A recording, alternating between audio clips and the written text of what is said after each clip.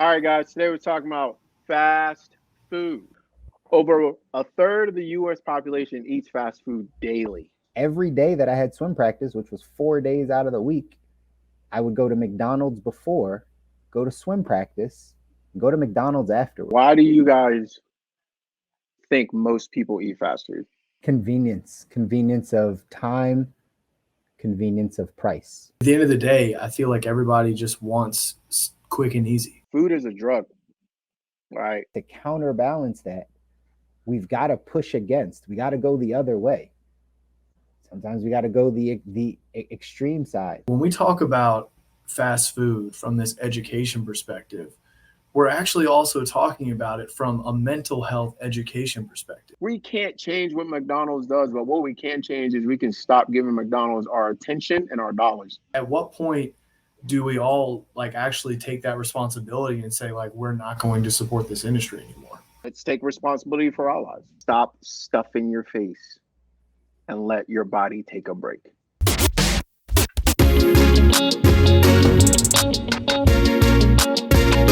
Welcome to the Good Life. All right, everybody. Welcome back. This is the Good Life Visual Audio Podcast. I got Stu here. Say what's up, Stu. What's up, y'all? Kobi is in the building. Say hey. What up, doe? And as always, I'm Chris. Guys, we're back another night diving into how to design your life with extraordinary health, wealth, and mindset. Again, find us everywhere you listen or watch your podcast. Go ahead and share with a friend, whether it's on YouTube, Spotify, Apple Music, doesn't matter. We are there, and we want to get this to our listeners. So got another good one for you today. As always, it's a good one when we get to hear from none other than our resident health expert, Kobi. So let's dive in today, Kobi. Yes, that is you, sir. What are we talking about today? All right, guys. Today we're talking about fast food. And it's going to be very exciting. It's going to be very exciting indeed. In fact, Chris, before we get going today, actually, you were saying something in the pregame that I think is important. It's something that I didn't quite put together. I actually more knew from the real estate side of things. But as soon as you said it, I was like, oh, okay, yeah, that makes a lot of sense. So can you open up by explaining what qualifies from the restaurant point of view? What qualifies as fast food versus QSR versus, I didn't even know fast casual was a thing. So can you explain that? I think that'll be very helpful in our conversation today. Absolutely. And good place to start. Obviously, I have a restaurant background, so paying attention to the restaurant space. Those three things do sometimes get lumped in and categorized, but in general, those are three different segments of the restaurant world. So we have fast food. Fast food, think of it like your McDonald's, Arby's, Burger King, Wendy's, anything that has a drive-through typically. Okay, typically you have a drive-through, you can get in and out in 5 to 7 minutes, right? Just by going in. The food is normally very quick. That's your fast food. That is typical fast food. McDonald's, Wendy's, Burger King, all that good stuff. The next step up, you have QSR, quick service restaurants. Okay, quick service restaurants, these are your Chipotle's, your Qdoba's, Subway, anybody that makes sandwiches. It's that build your own model, right? Like think of Subway, you go to Subway, you pick what you want on the menu, you see them make it in front of you, they wrap it up, they give it to you, you go. It's quick service. So that's your, like I said, Chipotle, Subway, all of those places. Then you have your fast casual. Fast casual is more like your Panera Breads, or any place that you go, you normally order at the counter. Sometimes now you can even order online. They give you like a little number for your table, or some type of, I don't know, pager or something like that. You can put that on your table, then they bring your food out to you in 5-10 minutes, and you normally eat it there. Sometimes people take it to go, but that's how you break those things down. You have fast food, you have QSR, you have fast casual. All of them are technically different segments of the restaurant world. So hopefully that helped. That is very helpful. And I think it's going to influence our conversation about fast food today because, probably like many folks, I'd lumped all of that into one category as fast food. Food you get very fast, kind of fast, and then not as fast as you might want it. So you go to the very fast options, right? So I think would have probably influenced this a lot better and would have made this conversation a lot better is to hear from folks what they want to know from the health perspective about fast food. Because to me, I look at this and I think about this, and I was like, man, a lot of this stuff is fairly obvious, but maybe it's not.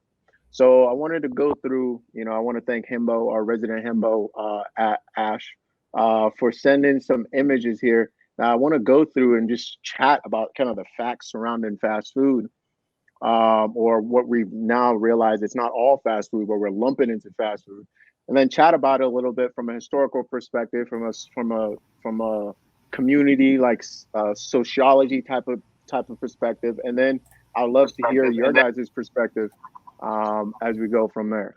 Over a third of the U.S. population eats fast food daily.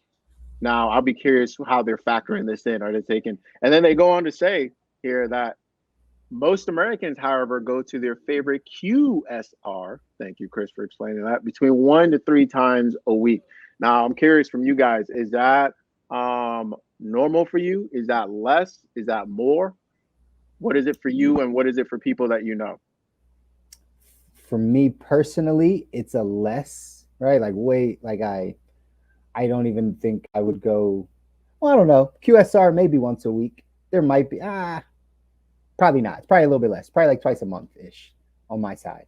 But for most people, I can see how that would make sense. How, again, that's why these niches popped up. The QSR, it's like, hey, let me stop here for my family. Let me go here for lunch really quickly, or whatever the case is. So I can see that those numbers make sense. 1 to 3 times a week for your favorite QSR. And the fast food every day, you go to certain parts of this country, that's very possible.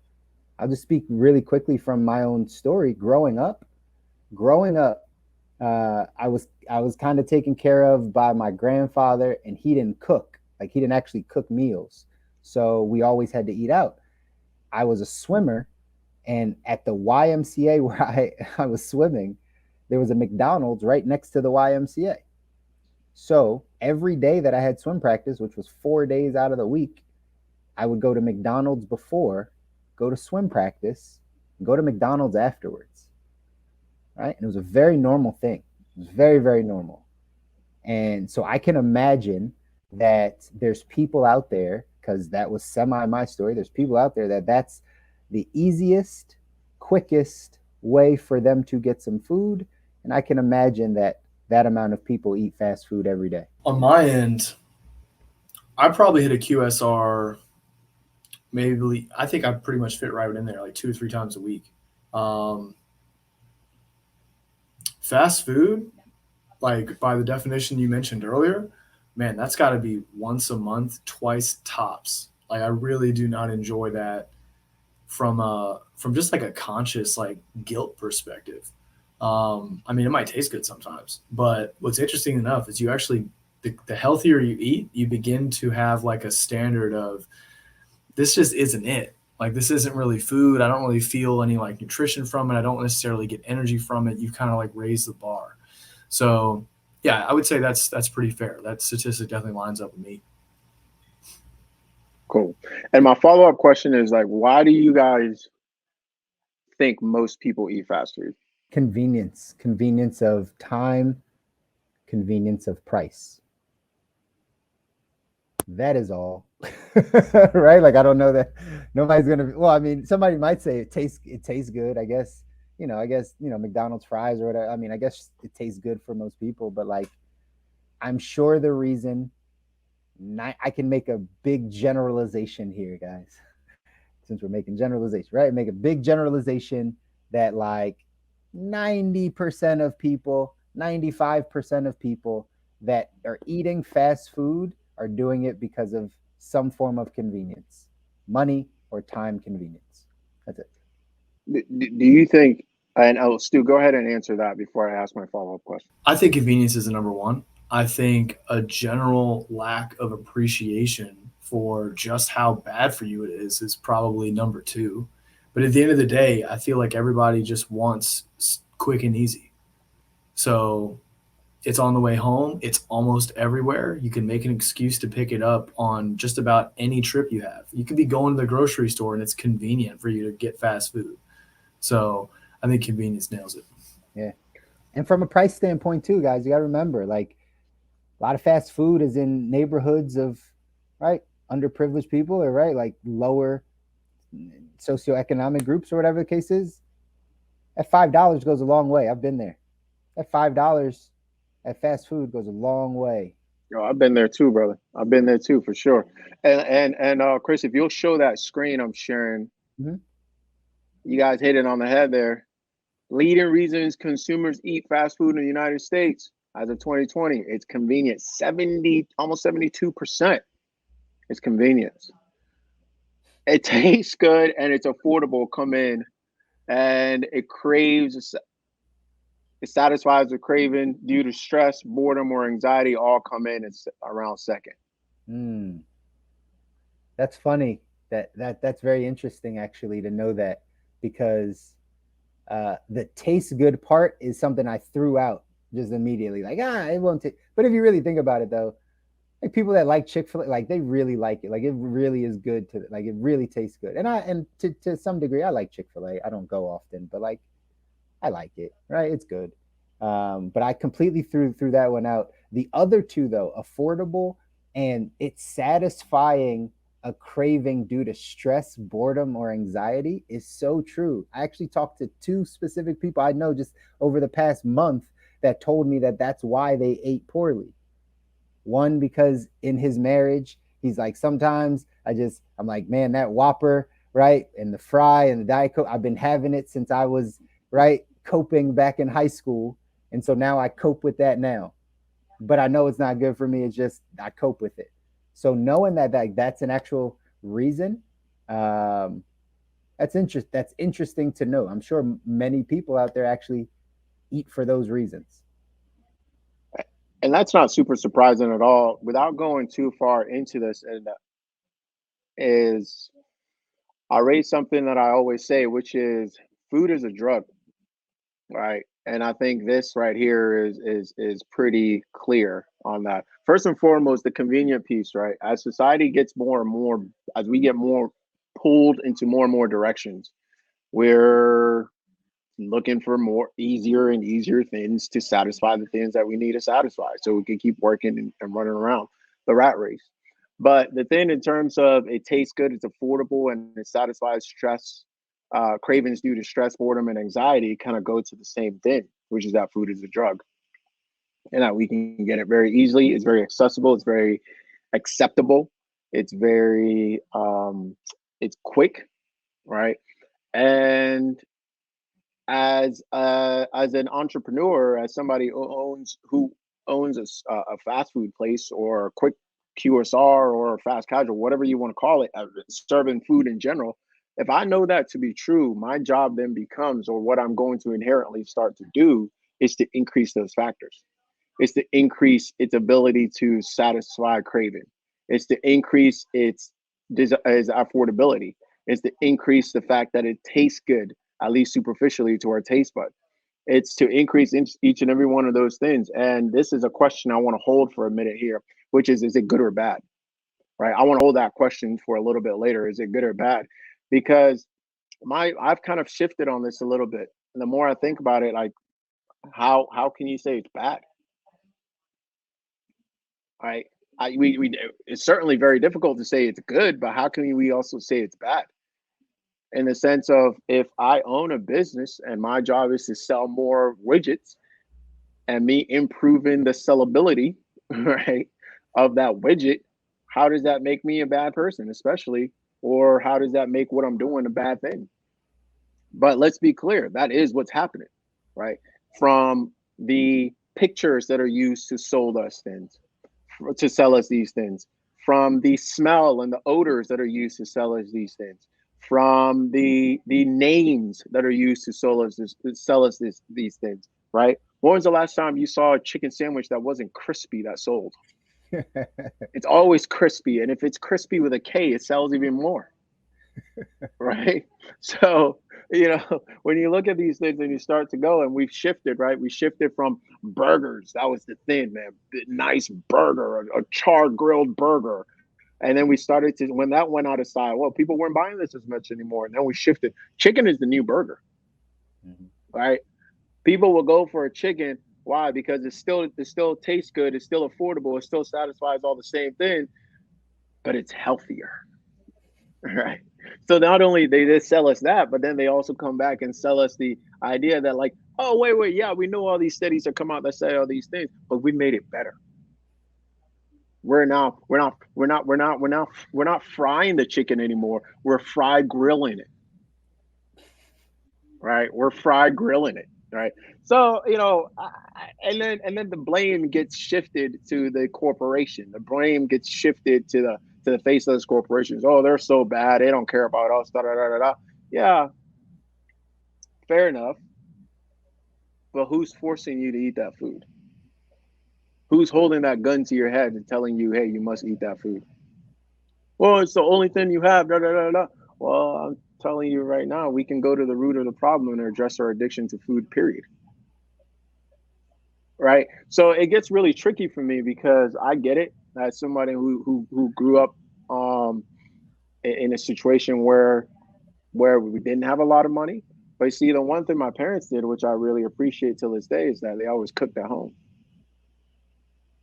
Right. So for what it would take to go spend $5 at a fast food 5 times a week, that's $25. My mother would get a bag of jasmine rice and have us good for a month. For a month, where she was actually saving money.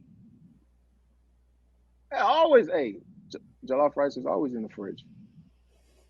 What do you mean you hungry, boy? You better come on, man. Rice You better in go there. eat some of that. Stop playing. Fast food wasn't really a thing. And in fact, I always look at my siblings now because there's a big age gap. I always look at my siblings now, and I'm like, y'all, like, they eat like maybe 2 or 3 times a week after practice because my mom's tired. She's just, she's like, listen, I've been cooking for y'all for years now. You fend for yourself now, right? And I'm like, y'all are both lucky and not. Right. I didn't develop a taste for that stuff because my parents did that. And I could tell you guys had a few things you want to say about that. So let me do that. Stu, jump in, man. Go ahead. All right. So you're right. This is not as easy as people want to make it, where anyone that either owns or works in like a fast food restaurant is evil or bad. I do have concerns, and we've all talked about this before. This is not news to any one of us. I do have concerns over like the intent of those who seek to keep the education out of our schools as to how powerful the nutrition is on every other part of our body.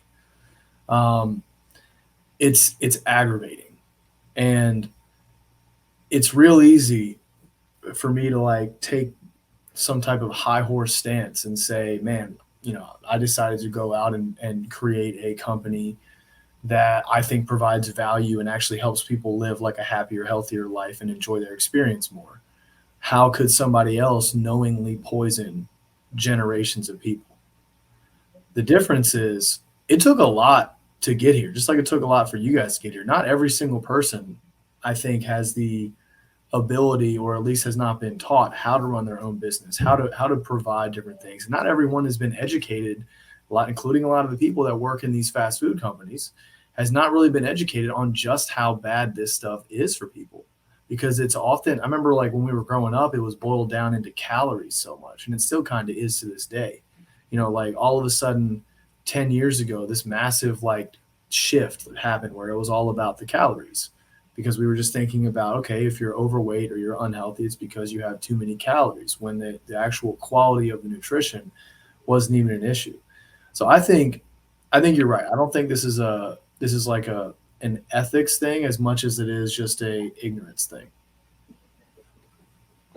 And let me run. I just want to rapid fire some facts at you guys before we keep going, because this is going to go down a conversation of like, morality, ethics, of like advertisement, of like parenting, even of like whose responsibility is it? It's yours, by the way. Um, hate to spoil it for you guys, but let me rapid fire this at you before we go down that road. Okay, so let's share this here again. So rapid fire here. Fast food facts. 2021 total advertising by fast food restaurants in 2019, 5 billion. Right now, we all know there's a whole lot of issues when it comes to advertisement and what they're advertising, and what we're buying and being influenced to as a result of the day. But again, whose fault is it? Like, they run a business. That's what they do. Like, I fight. I'm tough. That's tough. That's tough, right? Fast food ads disproportionately target Black and Hispanic youth. I don't know. I don't know. That's tough. Listen, I might be a little after this. Y'all may not like me, but I still think it's your responsibility, my friend. All right, let's keep going here. Um, so it's estimated that in the course of an adult American's life, they will spend around over $70,000 on fast food or take-home meals. That number is probably low. That is low. That's what I was gonna say. Over an American's life? Yeah. Over their life? There's probably people that do that. Adult. So I guess they're only hitting that. Wait, hold on. Hold that. Let me finish with the rapid fire. Children who are exposed to television ads for fast food had a 30% higher likelihood of eating the advertised food, say fast food advertising statistic. Oh, wait, what? You mean the advertising worked? Like, duh, right? Around 80% of fast food consumed by children comes from McDonald's. Wow, McDonald's, you're doing a great job. I should buy one of those franchises, right? Then are you a part of the problem or a part of the solution, right? You know what? I'm not sure this is not the snake swallowing its tail, right? Because I'm not interested in buying McDonald's franchise, guys. I'm more than half joking here. Because I think, and we'll, again, let me finish rapid fire before we go into this. But who needs a chart to tell them this? Like, am I out of line for saying that? Who needs a chart to tell you that, you know what, if you're putting this in your body, and this is, I think, the key that might be missing from the conversation, consistently at a high level, right? I don't think you're going to eat one Big Mac and it's going to end your life. That's not what we're talking about here. We're talking about people who are eating a Big Mac every day, every other day, consistently, right? Supersize Me ate fast food every day for every meal, right? There's a difference. So, I think a lot of people probably expect me to get on here and like stand on my soapbox and preach a whole bunch of this stuff in here, like, these guys are terrible and da da da da da. I just don't feel that way. I don't feel that way because I think there's enough information out there. Like, if you choose to ignore the information, that's on you. That's on you. Like, we shouldn't be having a conversation about whether or not you should eat. Like, when people ask me, how many times can I eat? Da, da, da, da. Wait, what? That's what you're concerned about? How many times you can eat it? So, how many times can I walk through the valley of the shadow of death and not be harmed? What are you talking about? 2.5. Be careful about the third one. What are we talking about? You know what I mean? So, and this right here, this might be more of like the advertisement type of conversation of like, there's very few people on this earth. This to me, 10 companies control more than 50 brands here. This to me is like, you haven't gone high enough. Keep going up, and we might end up with one. All right, keep going high enough, we might end up with one. So you haven't gone high enough, right? And by the way, this happens with banks, right? This happens with media. This happens with education. This happens with everything. So at what point in time do we start taking responsibility for our own lives? And we're just looking for people to blame. Well, it's McDonald's fault. right? It's McDonald's the spot that my kids are. No, it's your fault for driving your kids to McDonald's every day, right?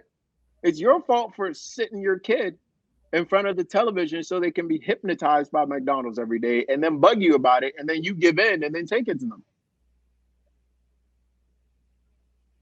At some point, we can't change what McDonald's does, but what we can change is we can stop giving McDonald's our attention and our dollars.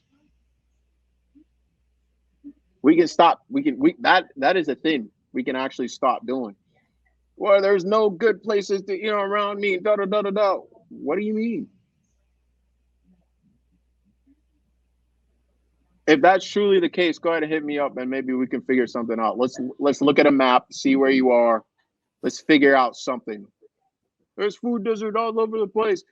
That is not the majority of the problem. There's people that have a grocery store right there that will drive right past the grocery store. That's what I'm talking about. They'll drive right past the grocery store to go to McDonald's.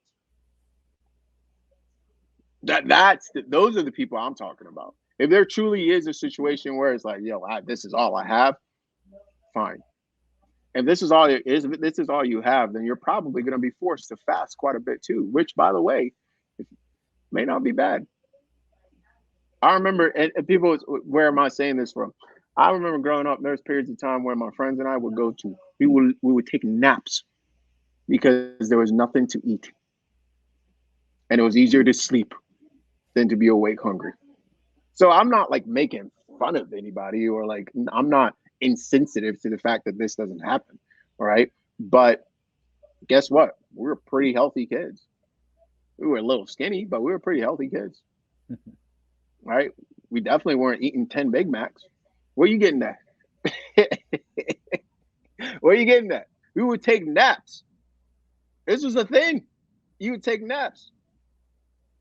Right? So, I think we're quick in this society to look for things and people and whatever to blame. But the thing is that you don't have access to make those changes. You don't. What are we going to do? Strike McDonald's? Are we going to go protest? Black people still getting shot in the streets, guys. Still happening. Just not on TV. Still happening. Right? I digress. I'm gonna let y'all finish. But I just want you to know this is still happening. Like these like shows of like this is what I stand for. Great. Who's that for? Is that for you, or is that for? That's for.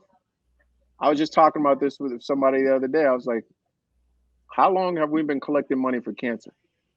How long have we been trying to feed kids in Africa? How long have we been trying to like all of these major causes that people go out there and stand on soapboxes for?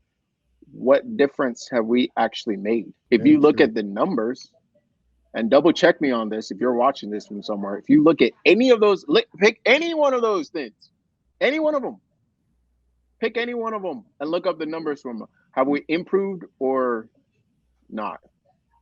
My money, because I can actually gamble. I'm not on NFL and I'm not gambling on sports. My money is on, we've gotten worse in every single category, every single one. So let's try a different approach. Let's take responsibility for our lives. That's it. Now let's go back to the conversation. Let me stop sharing this.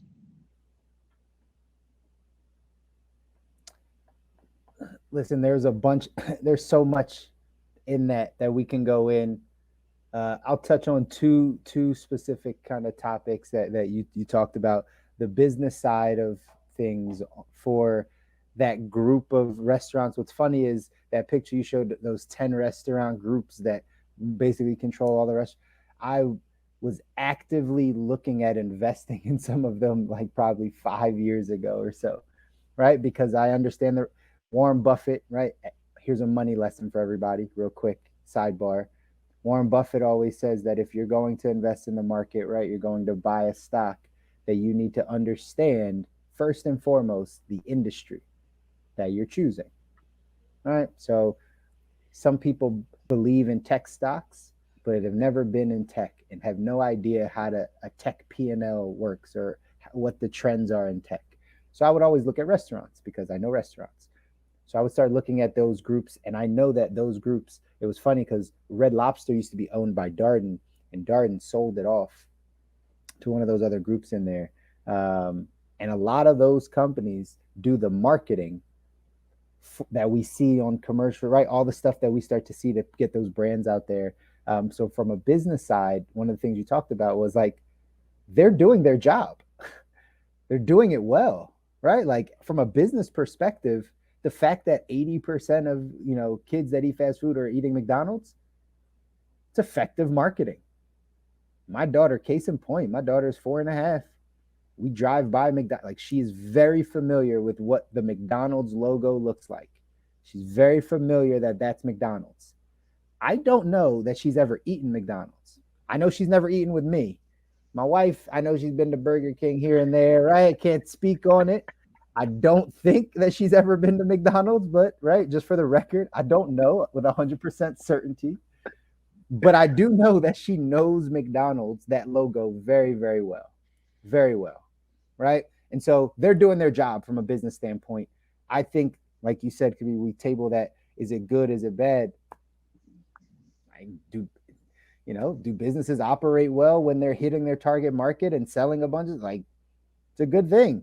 Just like you said, if you're choosing to eat there, and this is where the second point comes in, something that you said, Stu, about like really getting this in the education system and really understanding that chart that you showed of like how all these things are affecting our body, the depression, the high blood pressure, all that stuff. That is the type of information that a child needs to have, that somebody that's learning about health or learning about what they're consuming or eating specifically, that's what they need to know. They need to know that, hey, these things can lead to this, right? It's not, when we're talking about, I'm thinking like, do we just hold this whole like fear campaign? Like, is that what does it for people on the food side to break an addiction? If we're talking about food being an addiction, how do we solve that problem of breaking the addiction? We just scare the crap out of everybody. Like, if you keep doing this, this is going to happen. This is going to happen. Is that the way to break the addiction, or is there another way? And I think if we start kids early enough understanding cause and effect, it's okay, right? Your metabolism, you might not see this right now, but here's what's happening inside, because your kid doesn't understand that just as much, right? They know they eat a Big Mac, nothing happens. They ate a Big Mac and they just go back and play and everything's cool. But if you can show over time what happens to the insides, what happens to your organs, what happens to your mind, what happens, then maybe that kid starts to think a bit differently, right? They start thinking a bit differently. So I think that point is incredibly important, making sure we're getting that information to the kids. And yeah, that's it. You touched on the mental perspective. And I think for me, that's the most important thing here, because we've all had our own priorities, but for me, like the mind and the state of the mind is the biggest one. So for my own personal experience, the healthier I've gotten, thanks to influences from Kobi and just like people in general. My old roommate used to make a lot of smoothies. Like the healthier I've gotten, the more clear everything is. The more clear everything is, just life in general is so much better. So when we talk about fast food from this education perspective, we're actually also talking about it from a mental health education perspective. This is not just like when we thought about Supersize Me growing up in elementary school, it was all about how big am I? And obviously there's the heart disease and there's the physical things that go into it. But I feel like this always gets so overplayed, or just underplayed, excuse me. Why is this not brought up more? And I saw this thing last week. I don't know how factual it is, but I saw this thing, Seaspiracy, where it really went into all the details on just how much we are ruining the world because of our fishing industry. We'll probably all get canceled now. But it's the same type thing. Like, where do we draw the line between a Nazi training camp where somebody's just doing their job and the fishing industry or fast food? Like, at what point do we all like actually take that responsibility and say, like, we're not going to support this industry anymore? So I always find this tough. It's very, who are we to judge what's right and wrong about how other people live their lives? Because theoretically, there was a point in time where, and I still grapple with this: is the purpose of my life to just have fun and enjoy the experience, or is the purpose of my life to provide value to others? So if the purpose of life to many is just to have fun and enjoy the experience, you don't really give a shit when your time's up. Go eat all the hamburgers you want. Go eat all the McDonald's chicken tenders, like whatever. But I'm curious, like, if the majority of the planet could come together and figure out, like, what do we overall kind of think our purpose is? What are we supposed to be doing here? If we're supposed to be providing value and mental clarity and giving people a chance to make decisions for themselves, then shouldn't education be a priority? Shouldn't all of these things that get in the way of mental clarity and longevity of our planet cease to exist? Do we eventually make this an ethical issue? I know we're kind of playing like devil's advocate. We're leaving it up to a lot of people to decide here, but I don't know. The more I think about it, like, if somebody told me I could never eat fast food again, I'd be on board. If somebody made that a law, I think I'd be like actually really okay with that. That's pretty different for what I usually advocate for. If you want to, I think you guys both said a lot of really good things. Let me come with this. If you want to make sure that it doesn't work, make it a law. And I say that because I just feel like we can't. This is coming from somebody who's literally dedicated my life in a lot of ways and educating folks on these things. And I've been humbled along the way. And I just don't think we can't solve these problems with the same level of thinking that we used to create them. We just can't. We've tried it over and over and over and over again. And if you want to tell people, if you want to make sure somebody goes out there and does exactly that, tell them, hey, don't do that. Right. And putting it through the education system in and of itself there's a lot of issues there. This is also somebody who's worked in the education system. Right. So I'm coming from a perspective where I've seen it from educating people through my own private business in health for over a decade now. Right. And then going into the education system to try to teach folks. It's like you almost have to let people actually experience something we all agree on, which is free choice. You almost just have to let them do it. And not let them do it, but like acknowledge their God-given right to do so. And when it's time, or when they choose to seek another way, I'll be ready. We'll be ready. Right. But trying to force it on them, and I can't tell you how many folks just point blank don't care, dude. Yeah. Don't, man, that's cool. It's so funny. Yeah, if I die tomorrow, that's okay. I was just, you know how a lot of the health and wealth stuff parallels. Just had the exact same conversation on the money side. Oh, get out.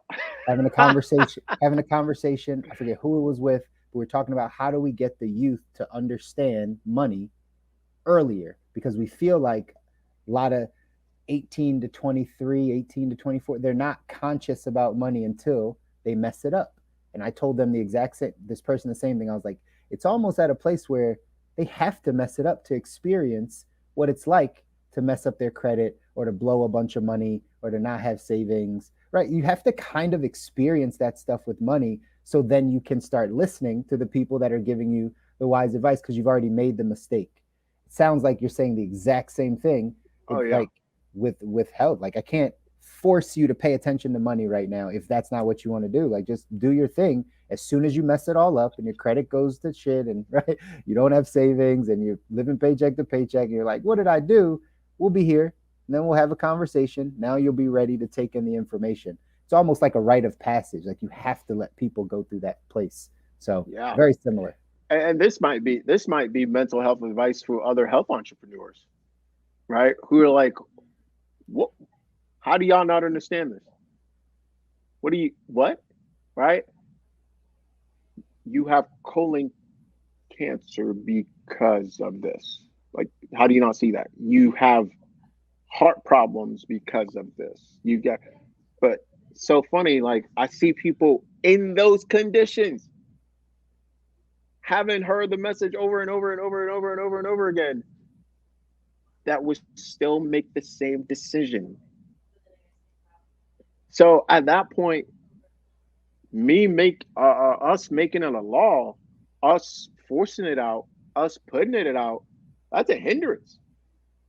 There's a lot of laws on the books that honestly, quite frankly, shouldn't be on the books because they're just cumbersome for society. Because people are going to do it anyway. They're going to create a black market for it anyway. Pushing it on them. There's a lot of things we learn in school that are just, let's just let that go. Why are we forcing, like, I think in a lot of ways, and this is tough because I think in a lot of ways, I've like come back to the drawing table quite a number of times when it comes to this stuff to like, how do you really get this across? And also, is it our responsibility necessarily to get it across? Because also the goalposts has shifted over time. What we thought was, oh, this is the way to do it, has been systematically shifted over time. So for me, that's why I say it's always, I go back to the roots, and actually the roots are a lot simpler. And a lot simpler than we've made it out to be. It's not that, hey, you should never eat fast food. It's that, you know what? Maybe you shouldn't do that for every meal. Or maybe you can do it for one meal, but maybe you just have one meal. So I have this, and I'm talking about this in my book coming out here pretty soon, is I actually think the opposite, or the antidote to a lot of these eating issues, is to consistently take breaks from eating. Is to systematically, consistently actually just take a step back for a second, right? Or fast. I actually think that what is the opposite of day? It's night. We need both to bring harmony. We have yang. We need both to have harmony. We have good, bad. We need both to have harmony. We have, no, I really actually think there's a role for both to play, positive, negative. There's a role for both of them to play. And I think when I go on this like rage of like, it must be this one way, I eventually am out of harmony. And I may be causing more harm than good. So, I really think a lot of this stuff really comes down to balance. Quite frankly, there's some folks that you want to go out guns blazing. It's your right, buddy. Do we make all of this available to you? Absolutely. That's why there's people like me out here. People like you guys out here putting out the stuff as to how to counterbalance. Not necessarily that this is the way to do it, but if you so choose, if you feel you're out of harmony, if you feel you're out of balance, if you feel and y'all know, I think both of those are two different things, but if you feel you're out of harmony, here is a way for you to bring back harmony into your life, if you so choose. Some would hear that and choose like, nah, I'm good.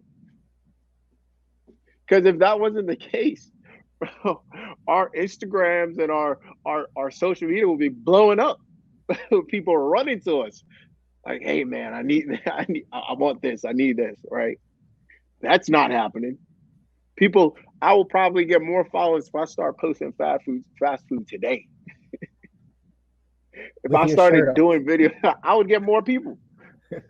Take your shirt. All you got to do is take your shirt off and eat, or like hold a burger next to you. You're good. You'll get followers. That's the way it works, right?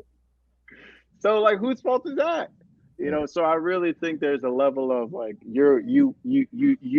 we have to at some point in time say, hey, listen, I own all my decisions. Back to the key. Back to ownership, right? Common theme. We always bring it back out at some point.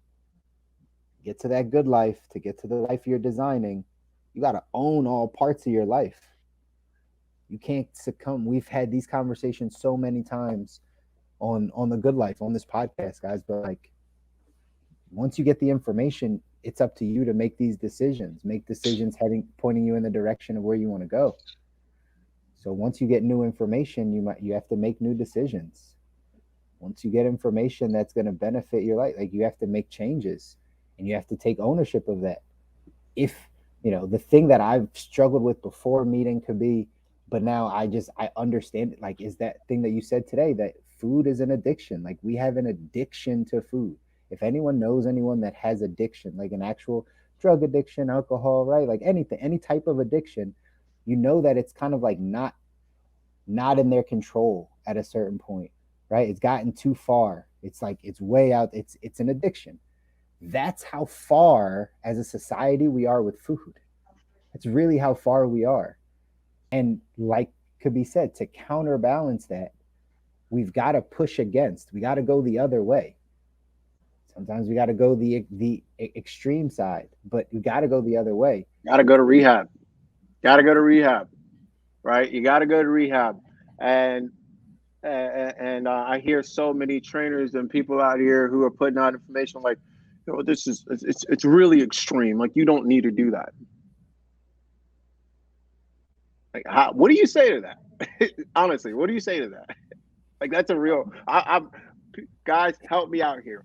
What do you say to that? That's super extreme. Like, you don't really need to do it. What do you mean? Do you see the situation we're in? What do you mean it's super extreme? The situation we're in is extreme. What do you say to that? I think for me personally, like, when someone takes a stance like that, have you ever tried it? Or are you just speaking from this fear-based ignorant stance? If you're going to say you can't do that, that's never an option. Like, there's no fasting from this. Have you ever tried it? How can you call yourself an expert that just blatantly disregards alternative thinking without ever having sampled it? Yeah, and there's so much of that out there too. There's so much of that, of people just being like, and again, where people say, "Oh, that's extreme," it's because they're okay living comfortable in this little bubble. Like, they're in the matrix, right? Like, they're in it.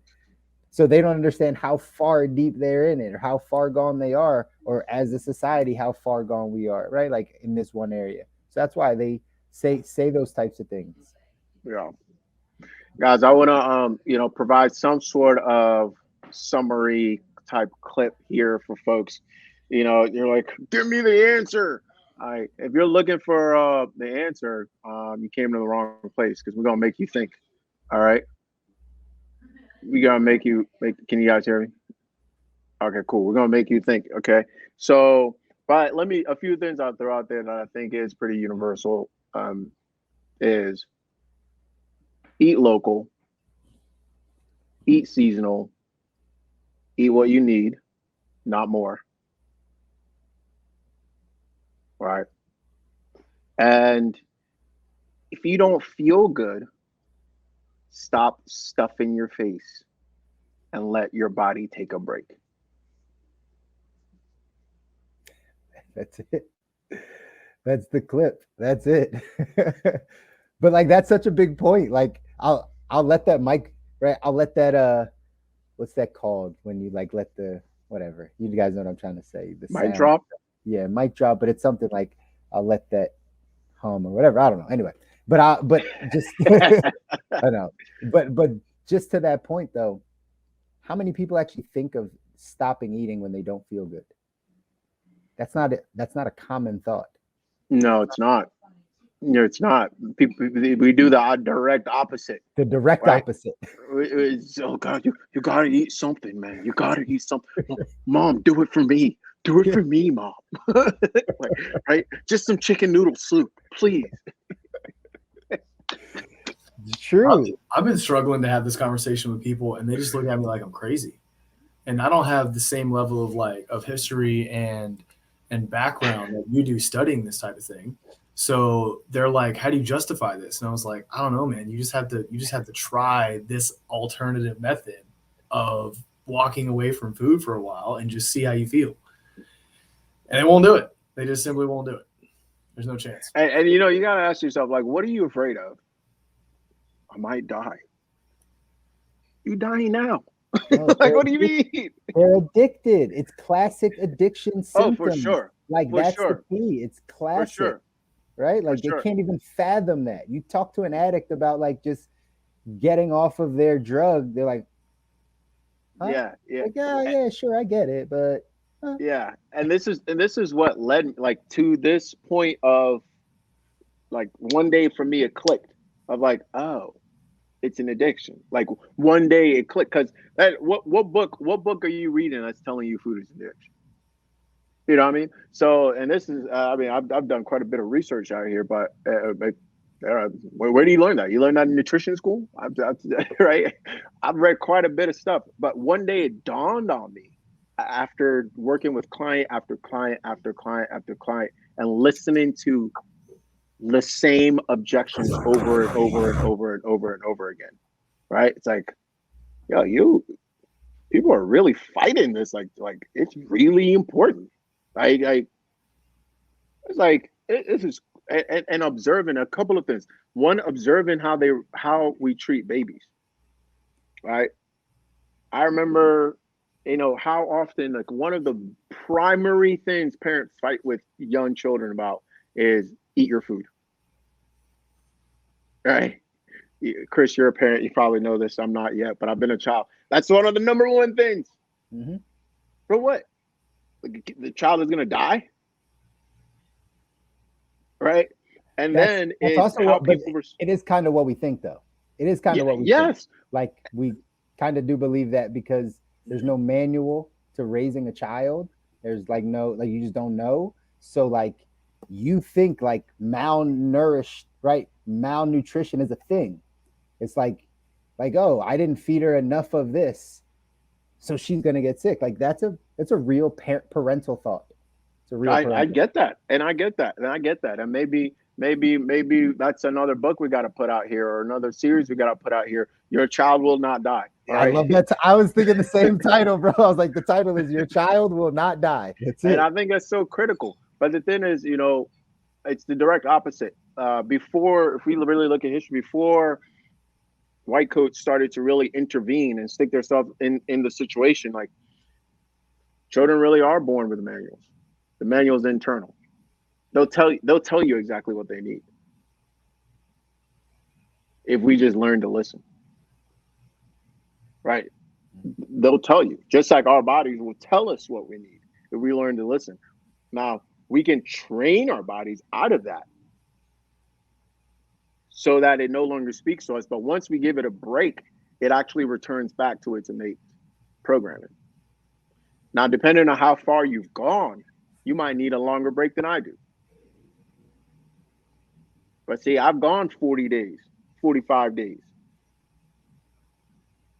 That doesn't mean it doesn't happen anymore. It just means it happens less frequently. So the difference between, and I look at, a lot of these pages out here, like Healing by Declue and a bunch of these other pages out there, and John Rose and a lot of like great people out here. The main difference hopefully you'll see, like from carrying someone from I always mess this up, but diverticulitis versus colon cancer is the length of time that you fast. And not necessarily like you take this one herb or this one thing. It's like how deep do you go?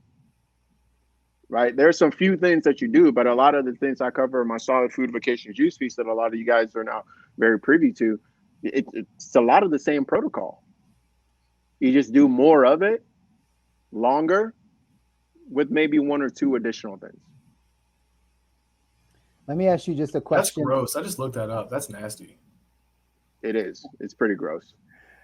Let me ask you this question, because I think there are probably some people that are listening that might have this question. I've gotten this question before. Specifically for you, could be like, is there a too far gone point to start fasting? If like you're at like, cardiovascular disease and high blood pressure and diabetes. You're already on a bunch of medication. Like you're in that world.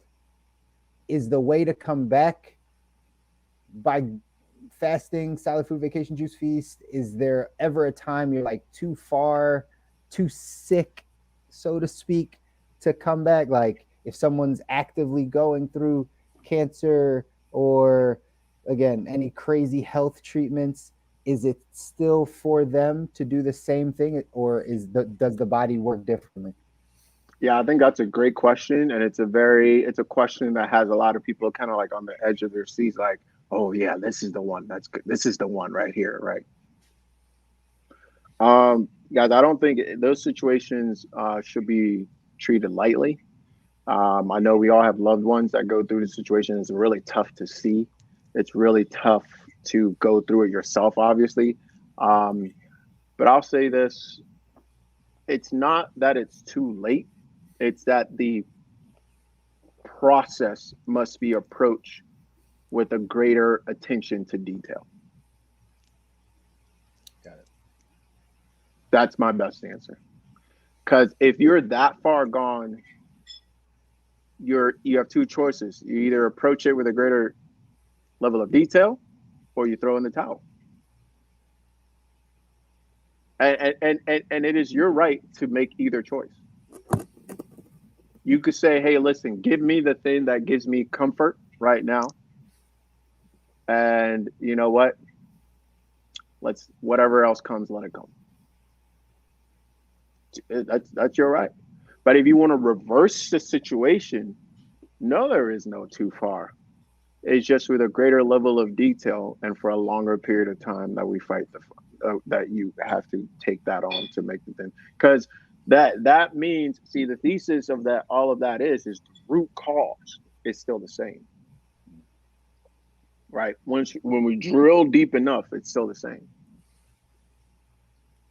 So it's a question of have you gone far enough, right? And we get really nervous because, see, what's really interesting, and I'll throw this back at you guys here, is that we think it's normal to lose. Nobody cries. Nobody's like, or maybe people cry, but this is what I mean. Nobody's like devastated. That's like, man, the chemotherapy didn't work. But if you go to a holistic individual, right, doctor, healer, whatever you want to call it, and that doesn't work, it's a travesty. You should have gone with chemo. Do you guys know what I'm talking about? Yeah. It's right. Why? It's the narrative. Yes. Right. Why? Why does that narrative exist? Because one looks like you tried everything you could and you couldn't bring them back. That's just kind of the way the cookie crumbles. Oh, no. And the other one is like, oh, you're crazy. You're a nut. Yeah. So that you see what I'm saying? Mm-hmm. I don't know where that comes from. And I think there's... Like, I don't know, but I understand it's the power of, right, the medical industry and, you know, what they've kind of, how they've positioned themselves as like knowing all. And so people would take chemo treatment as like the top, like this is the best thing for that. But that's just because that's what the industry, right? What the medical industry, what the companies, the narrative, right? If somebody else in, maybe this is the movement, right? We say the other side, the holistic side, that the Eastern medicine side, like that side is way above the pumping poison into your body. Let's the pumping poison in your body be the second thing that maybe we think about. But maybe the first one should be, let's take care of your body, not by feeding it more chemicals and, right, poison, but by actually putting things in that come from the earth and that have healing right properties to them. But that's not the dominant narrative. Yeah, chemicals to offset chemicals. And, you know, as you guys were both talking about this, I was thinking about it from more of the mental side. So I've got a lot of clients, well, maybe not a lot, but a good portion of my clients are on some type of like mental health medication. So we're sitting here trying to figure out how can you lead a prosperous, enjoyable, clear life when they can rattle off anywhere from 1 to 4 different medications that they're on that are continuously messing up the chemicals that are happening. And it just reminds me of the same thing. Like, you're not, like you say, Kobi, you're not going to the root. Like, there's something else wrong. You introducing more chemicals to offset other chemicals doesn't seem like a solution. It might prop the tracks up so you can keep the whole thing moving. But I've been on the clients I have that are more stable on like maybe one medication. We'll have conversations like, hey, and I always have to say this, I'm not a psychiatrist, I'm not a doctor, but have you considered, now that you're at a better stage, weaning yourself off of this? And what I struggle with is the individuals that have like 4 or 5 medications because they had a psychotic episode. How do you begin to talk to a family that has been through such a crazy moment, and now the child is on so many different medications that, from a parental standpoint, based on the narrative, based on how they've been educated, walking away from the mainstream path of giving these individuals chemicals, if something goes wrong, they can't live with themselves. There's no alternative mentioned to them on how you could probably help your mental health by diet and exercise. Like, we will make you diet and exercise to the same degree we will make you take this pill. But that doesn't happen. There's this thing where a lot of families get hung up on motivation for their kids. Like, well, they don't have any motivation. Well, they need to learn, or you need to like force them to show and experience, like, if you do not take care of yourself in reasons X, Y, and Z, you're not going to have mental health. You're just not. It's going to be unattainable for you. So I'm speaking pretty generally right there, but I thought it was interesting the parallels that got brought up between the mental and the physical. For sure. And I'll say this, not everyone is my client. Not everyone is my patient. And that's okay. Not everyone should, can, and will be saved. And that's okay. There's nothing wrong with that. Right. So that's something that honestly pretty recently became clear to me. Not everybody wants to live that type of lifestyle. That's okay. There's nothing wrong with that. Right? Not everybody should anything, be it in a particular way. And I think that's really tough when something has worked for me and others that I've seen, to put that out there. That's a tough statement to get comfortable with. But I think as practitioners, we have to get comfortable with that.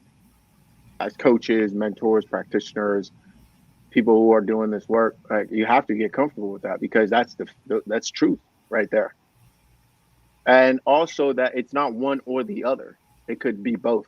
And what I mean by that is it's not preventative or acute care. It could be both.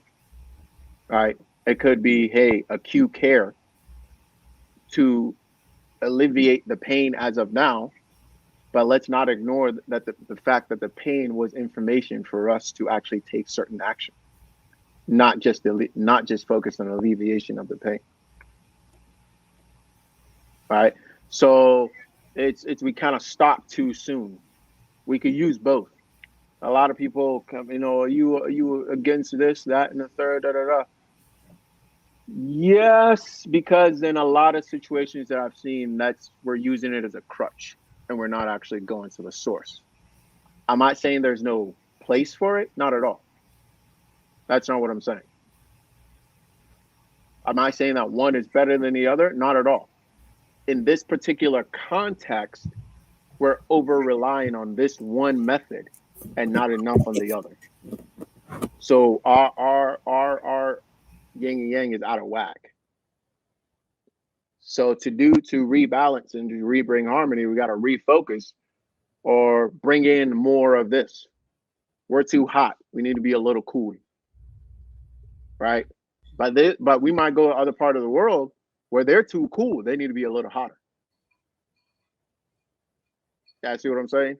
There's certain societies on this earth that we could say, hey, listen, y'all need a little bit of what these folks are talking about over here. And then the other groups, it's like, oh no, y'all need a little bit more of this.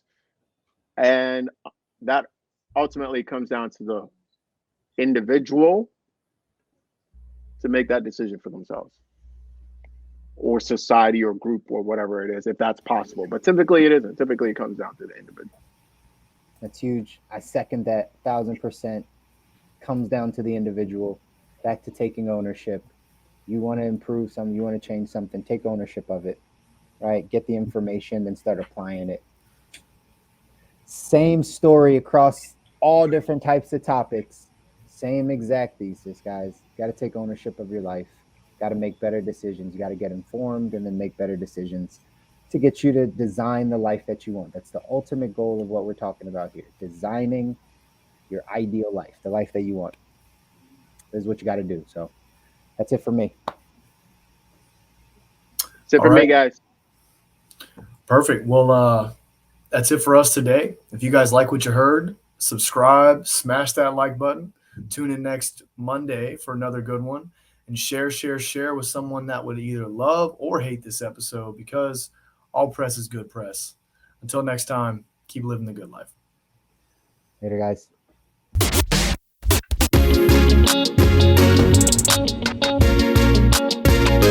Welcome to the good life.